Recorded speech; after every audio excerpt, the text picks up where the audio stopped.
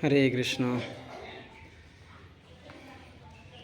সীতারাম অনেক দর্শন করলাম, কিন্তু এখানে সীতারামের অদ্ভুত দৃশ্য, অনেক সুন্দর, অনেক আলাদা। দর্শন করুন, কত সুন্দর। হরে কৃষ্ণ হরে কৃষ্ণ কৃষ্ণ কৃষ্ণ হরে হরে, হরে রাম রাম রাম হরে হরে।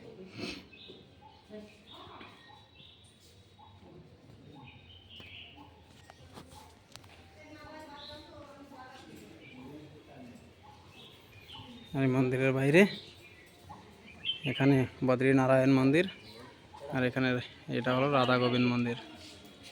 বিশাল মন্দির, ভব্য মন্দির।